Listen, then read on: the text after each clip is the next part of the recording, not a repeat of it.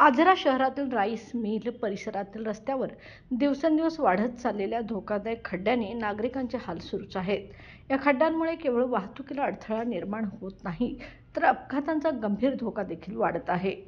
नागरिकांच्या सुरक्षिततेकडे सतत दुर्लक्ष होत असल्याच्या पार्श्वभूमीवर महाराष्ट्र नवनिर्माण विद्यार्थी सेनेने आता आक्रमक भूमिका घेतली आहे. मनसे विद्यार्थी सेनेचे आजरा शहर अध्यक्ष यश सुतार यांनी प्रशासनाला लेखी निवेदन देत तात्काळ उपाययोजना करण्याची ठाम मागणी केली आहे.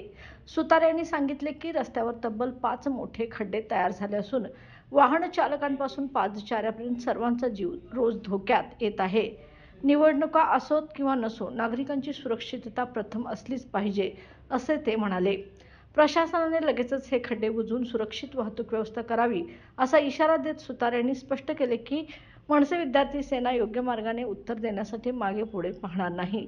दरम्यान नागरिकांमध्येही या समस्येबाबत तीव्र असंतोष निर्माण झाला असून तातडीने कार्यवाही करण्याची मागणी आता जोर धरू लागली आहे. तारा न्यूजसाठी प्रतिनिधी हसन तकीलदार, आजरा. बाळ, फ्रीजमधून श्रीखंड काढ ना. आम्ही पूर्वी घरीच बनवायचो श्रीखंड. त्याची चवच वेगळी होती. आता काय सगळं रेडीमेड. आजी, हे श्रीखंड खाऊन बघ. आज तुझ्या आईनं घरीच बनवलं की काय? हे आहे गोकुळचं श्रीखंड. अगदी जिभेवर रेंगाळणार. जिभेवरच नाही तर मनावरही रेंगाळणार. गोकुळ श्रीखंड, मनावर रेंगाळणार.